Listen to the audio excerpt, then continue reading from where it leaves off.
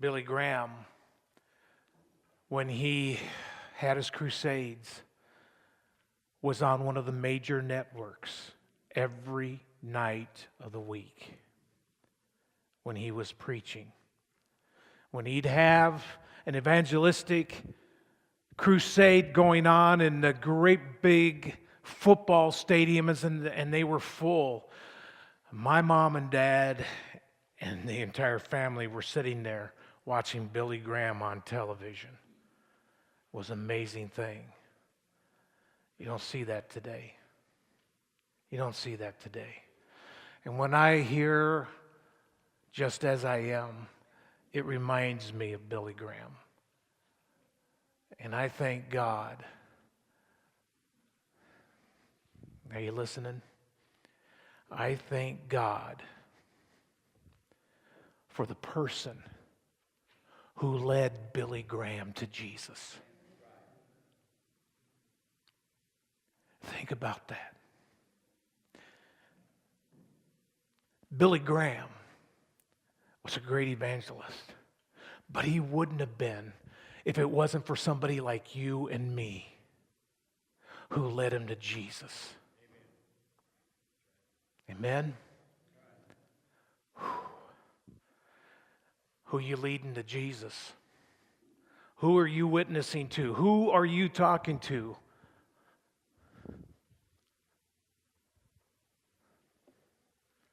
Well, we do other things. How many of you are watching the Olympics? Man, I tell you what, I was watching this. You know, the Olympics are so exciting. And I was watching this really exciting event called curling.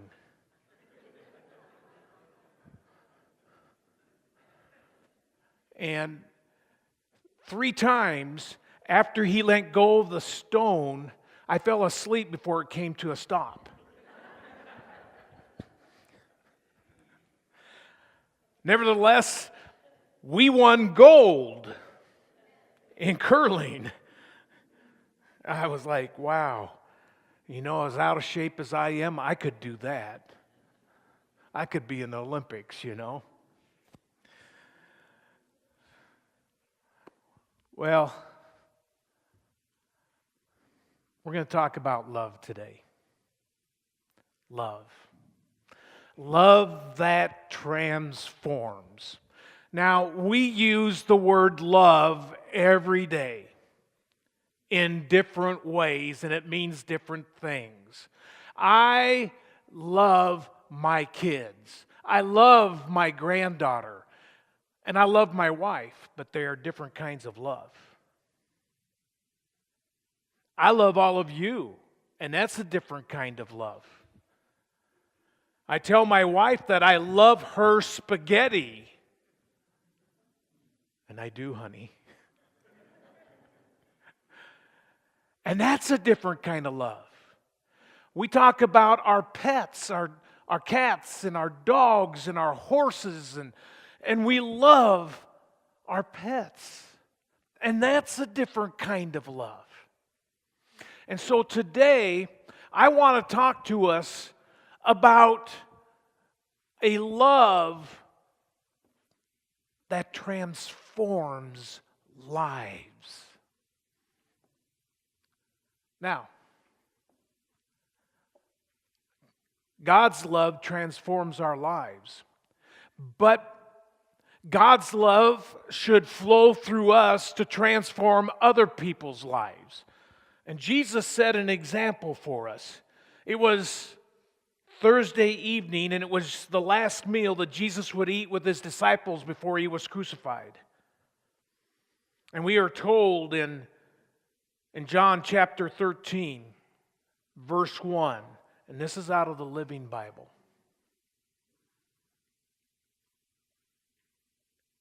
You got it? Okay. Oh yeah. Let me take a look. No batteries.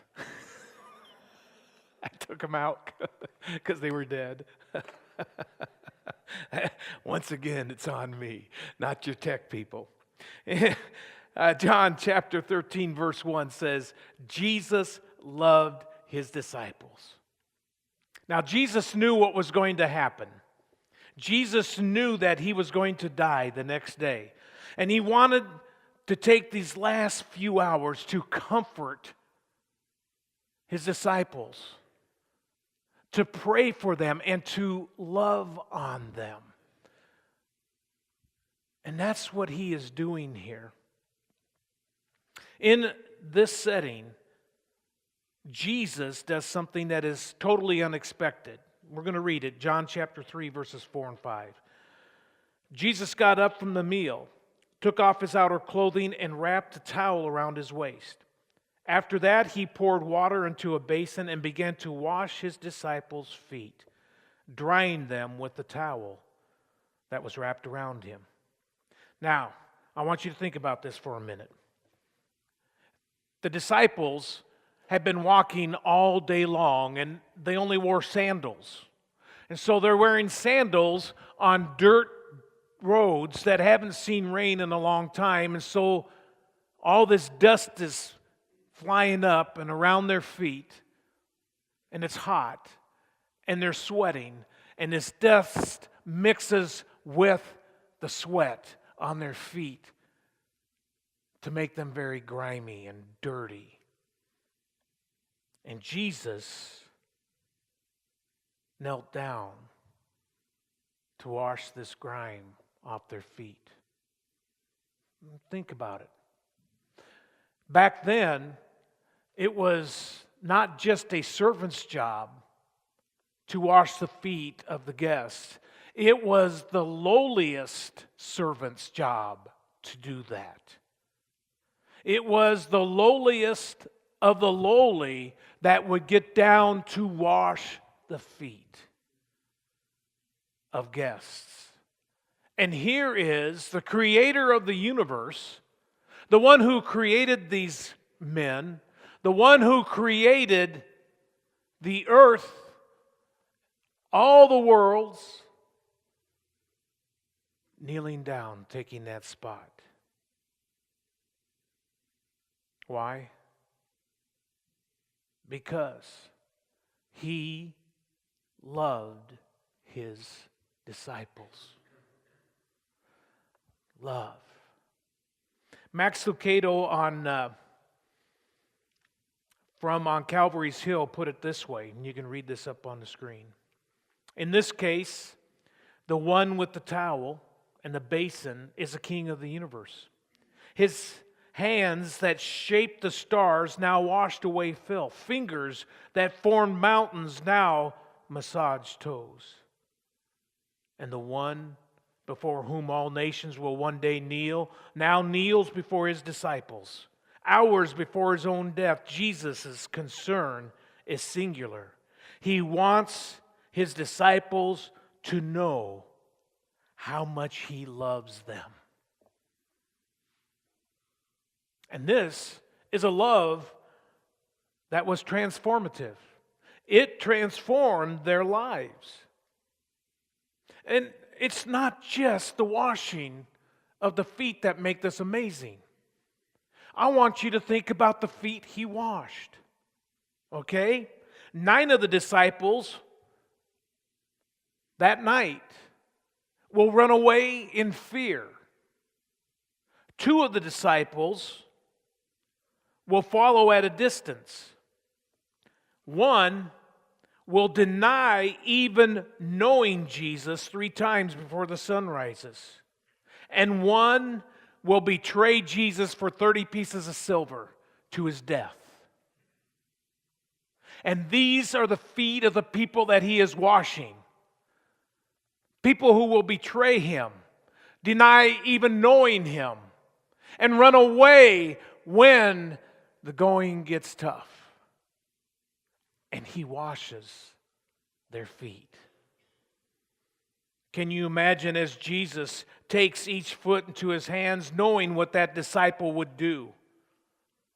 Imagine him washing the feet of Peter, knowing that before the sun came up, he was going to deny him 3 times. Deny even knowing him 3 times. And then he comes to Judas. And he bends down, takes his foot. Can you imagine him looking up into the eyes of Judas? You see, Judas knew what he was going to do already. He knew he was going to betray Jesus. He had it all planned out, and all he needed to do is go get the 30 pieces of silver. And Jesus knew he was going to do it. Can you imagine when their eyes met? And Jesus lovingly washes Judas's feet.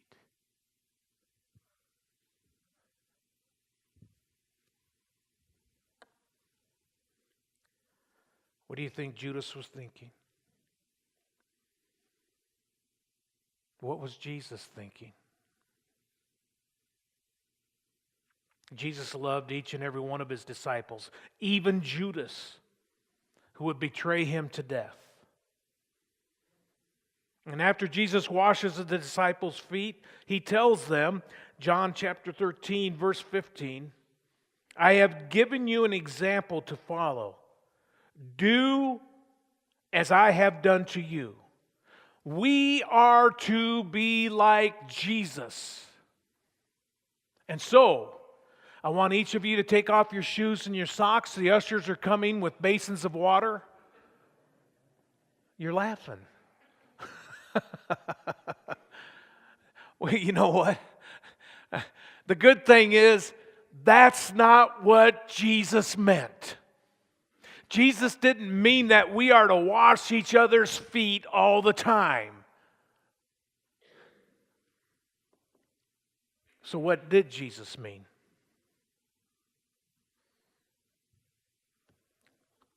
Well, remember John 13:1? Jesus loved his disciples. Jesus wants us to love just like he loves. That's what he wanted. That's what he was telling his disciples. He was telling them, love others like I love you. One evening, just before the great Broadway musical star Mary Martin, how many of you remember Mary Martin? Well, you guys are old. I don't even remember her, but I love this story. Before she was going on stage in Broadway in the musical South Pacific, a note was handed to her. It was from Oscar Hammerstein. At this moment, Oscar was on his deathbed, just hours before he would die. And this is a note he wrote to Mary. He said, Dear Mary, a bell's not a bell till you ring it. A song's not a song until you sing it. Love in your heart is not put there to stay. Love isn't love till you give it away. And that's what Jesus is doing here at the feet of his disciples. The ones who will abandon him, the ones who will betray him, the ones who will deny even knowing him. He is giving his love away to them, each and every one of them, Judas included.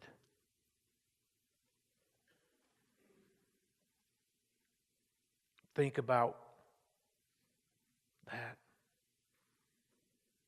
Jesus did not stop there. When he was hanging on the cross, he still loved his disciples. But even more than that, he even loved the people who were killing him, the people who had beaten him, the people who had hung him on the cross. And he prayed, Father, forgive these people, for they don't know what they are doing. That is love.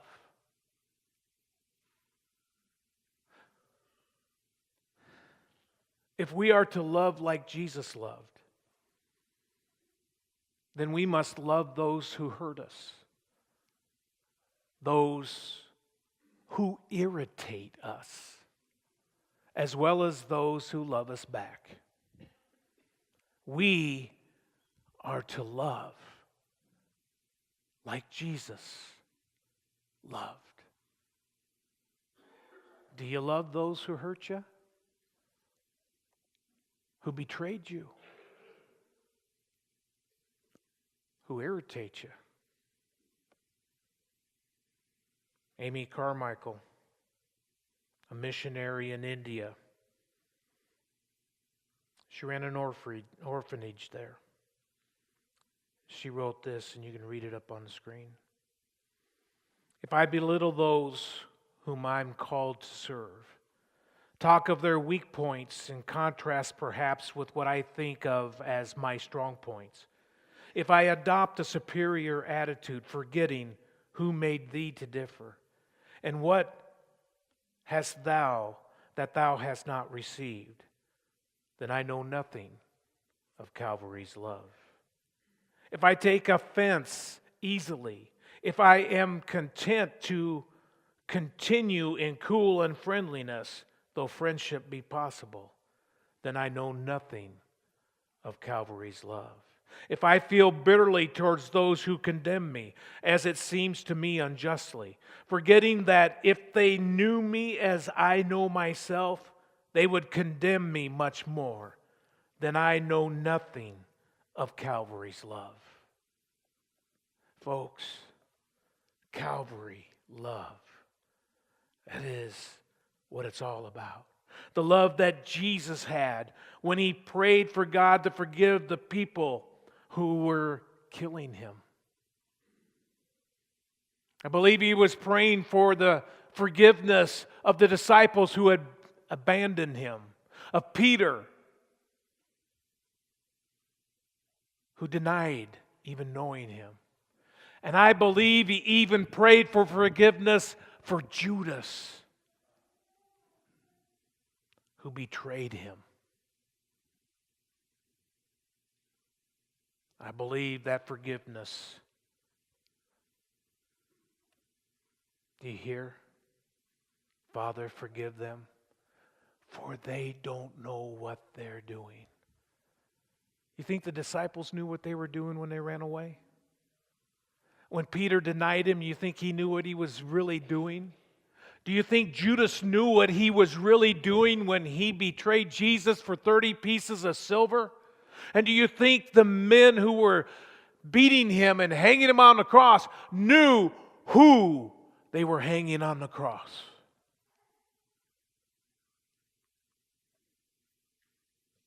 I believe he's praying for the forgiveness of all of them. And that's the kind of love that transforms lives. Our lives and the lives of others. Take a look at Peter. Peter was so afraid that they were going to crucify him with Jesus that he denied knowing him 3 times. And in fact, the 11 disciples, Judas not included here, the 11 disciples all gathered in the upper room and hid for fear that they would find them and drag them out and crucify them. And it was so bad that even Peter himself said, you know what? I'm done. Jesus is dead. I'm going back to my former way of life. I'm going to start fishing for a living again. Because it's over.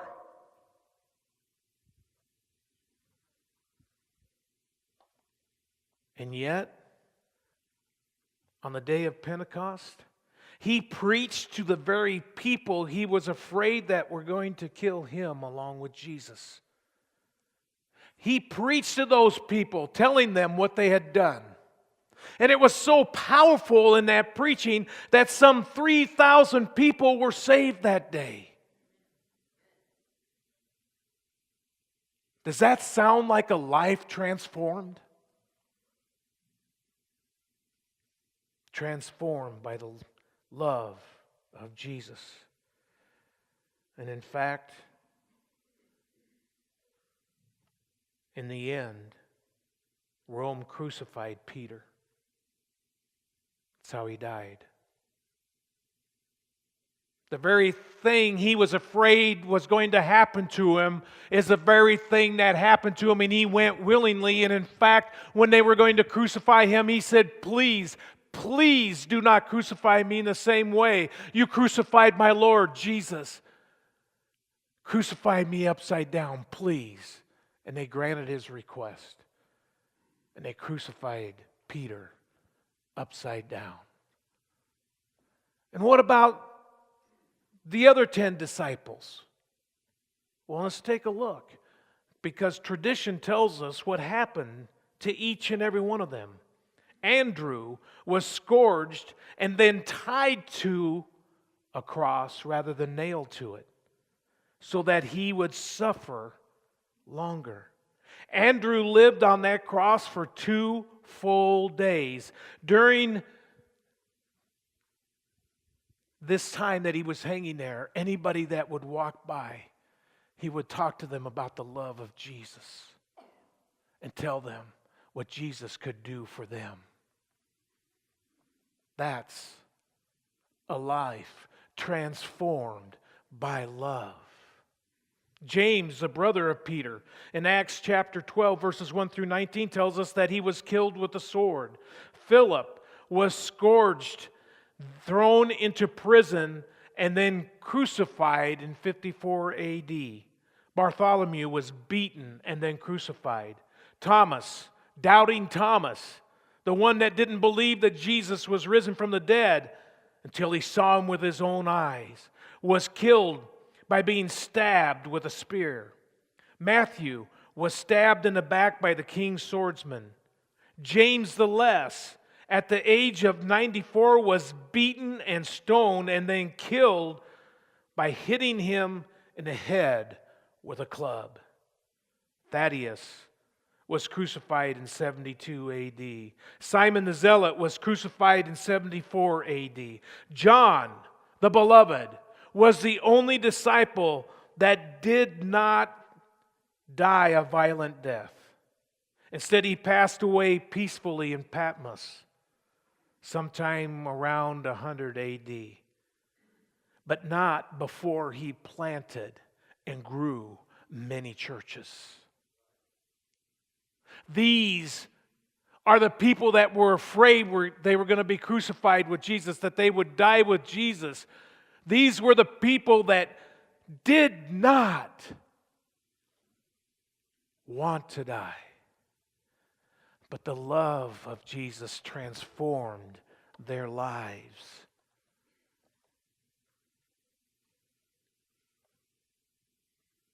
In each of these cases, the disciples told people of the love of God right up to the end. Even to those who accused them and put them to death, they kept telling them of the love of Jesus. That's the kind of transformative love there is. One of the disciples who had been accused of heresy was being put to death. And when his accuser saw that he was so brave and that he was courageous and he was still talking about the love of Jesus, the accuser, the one who accused him to death, ran up with him and begged to be put to death with him because he gave his life to Jesus. That's what love can do. It can transform lives. It transformed the disciples' lives, and it transformed the people they came in contact with.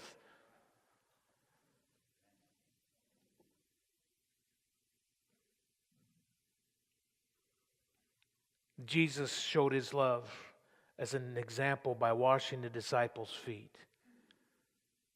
But it was love he was showing.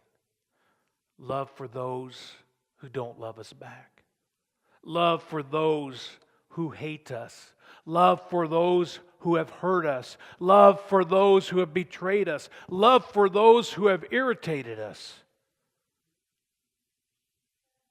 Love. Love. That kind of love transforms people. That's not an easy thing. To love those who hurt us, to love those who betray us, to love those who irritate us. Sometimes it's hard enough to love people we call friends. Amen?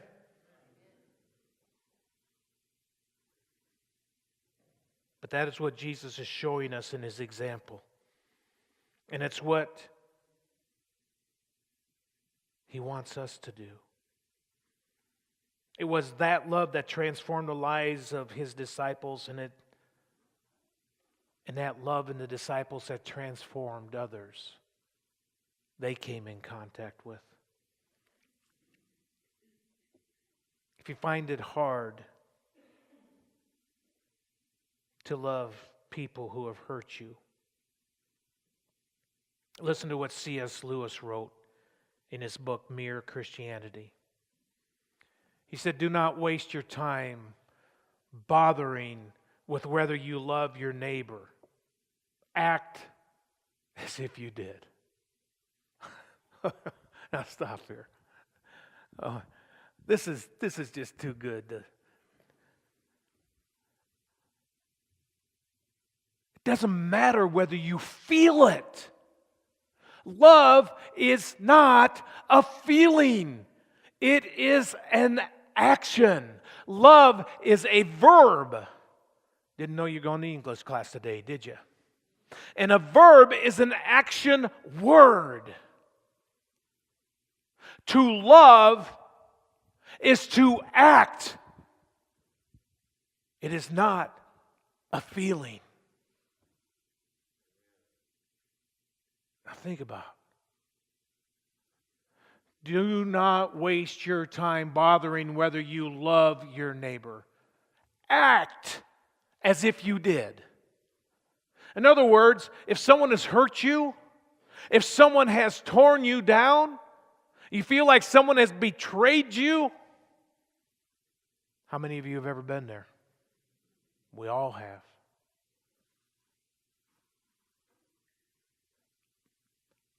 Don't wait for the feeling.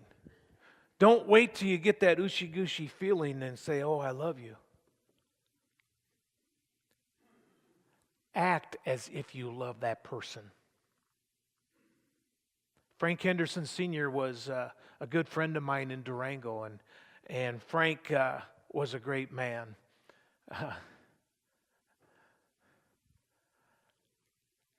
When he had his 50th wedding anniversary, I went to him and I said, "Frank, what is the secret of a long marriage?"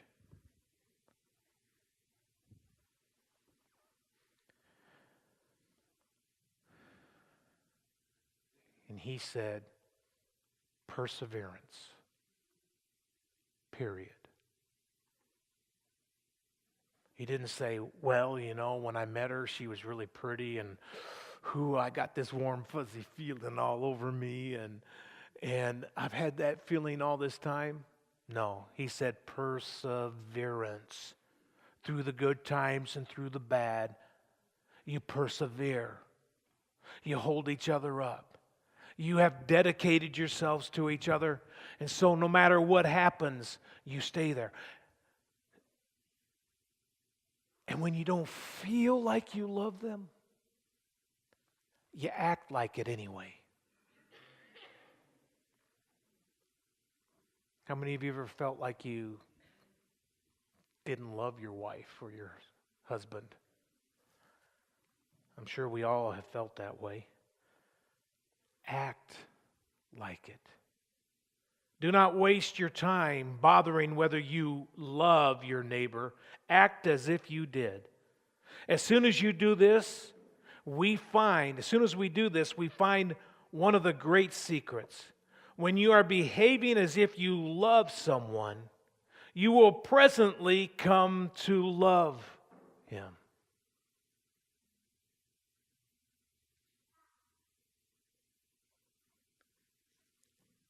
How many of you have ever been part of Secret Sisters?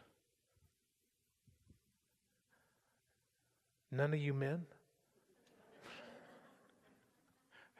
Okay, so back in Durango, we had secret sisters, and the way this works is they would get together and they'd have a big old banquet and they'd eat and have fun, just a bunch of women, and then they'd write their names on a piece of paper, and they'd take them and they'd mix them all up.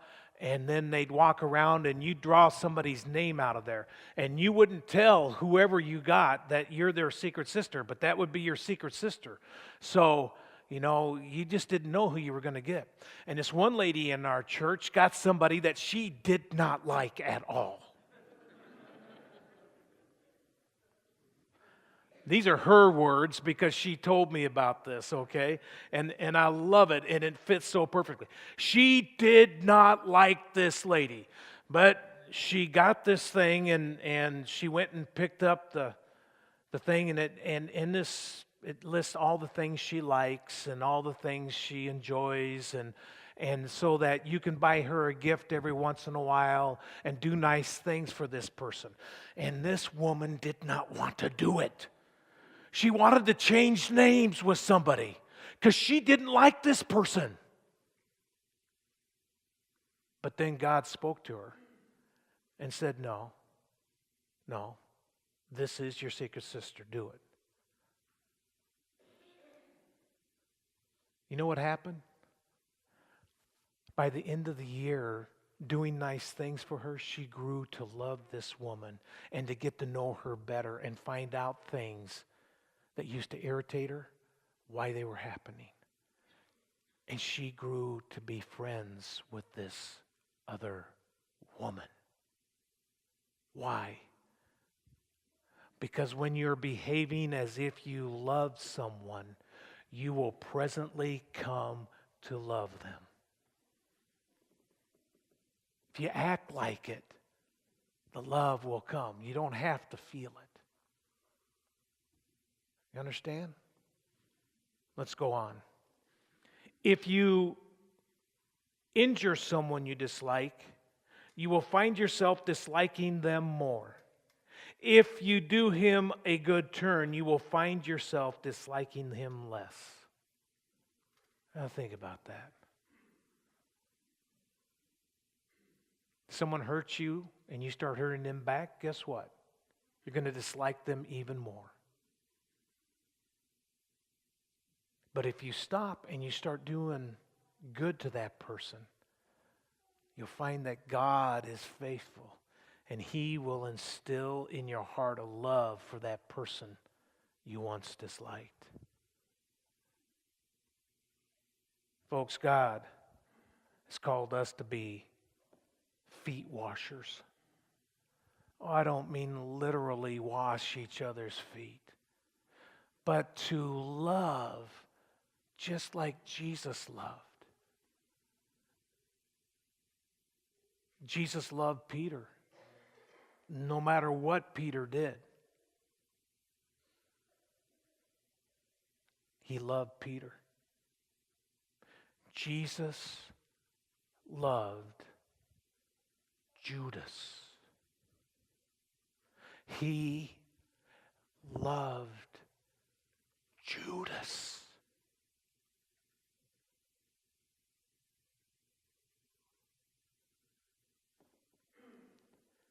Think, if we are to be like Jesus, if we are to love like Jesus loved, then we must love the Judases in our lives.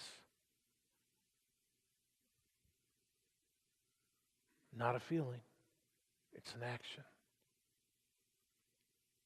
It's an action. An action that says, even though you've done me wrong, I'm going to do good to you.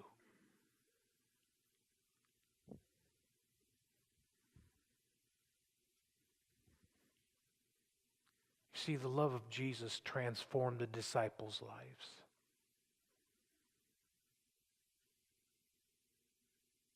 The love of Jesus transformed their lives in such a way that God's love flowed through them. And they loved others the way Jesus loved them.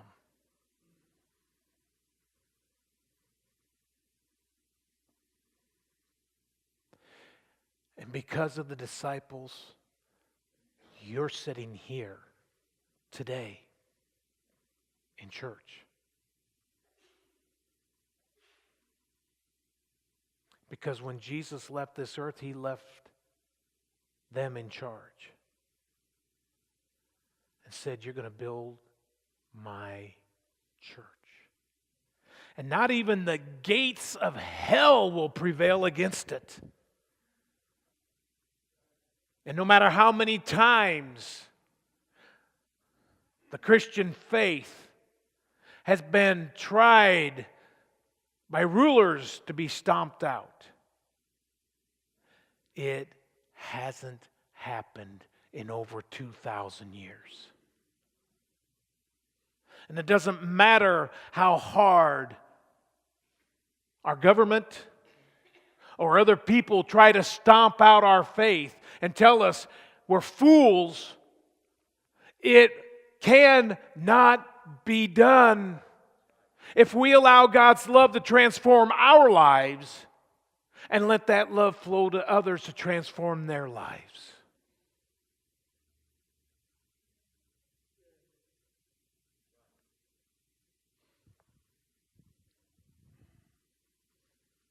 All heads bowed, all eyes closed.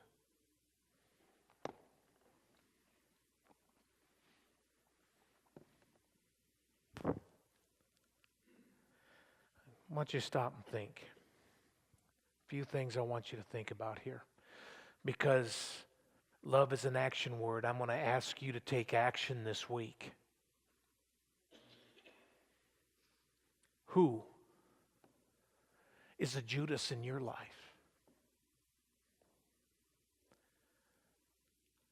That you need to love with the kind of love that Jesus loved his disciples with. Who is the Judas in your life?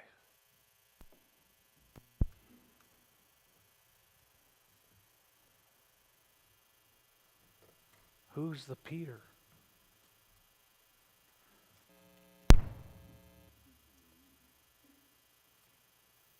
Who is God calling you to love that doesn't know Jesus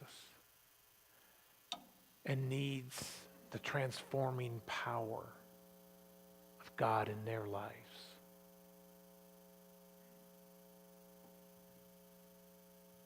I want you to take a moment and give God your Judas.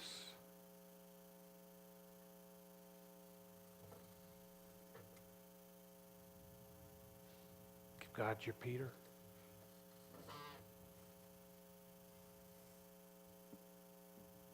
And ask God to lead you